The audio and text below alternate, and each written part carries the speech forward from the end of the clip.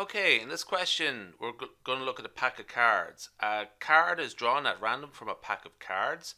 Let A be the event that the card is red, okay, and B be the event that the card is a king, okay.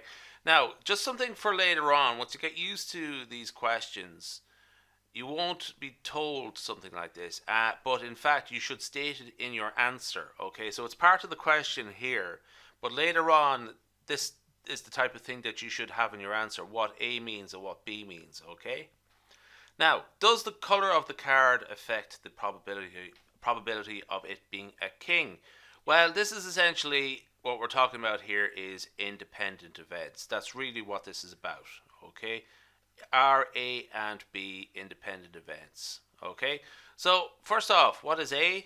A is the event that the card is red. So we have 52 cards, and 26 are black and 26 are red. So 26 out of 52, the probability of a red card being selected at random is 1/2. B is that it's a king. So there's 4 suits, okay, and so hearts and so on. So what there's 4 kings in the pack of cards. So 4 out of 52, that is 1 in 13, 1 over 13. Now, red king, okay? So one of the red suits, okay, diamonds or hearts, and so it is A. Is it red suit, which is two? There's basically two of them.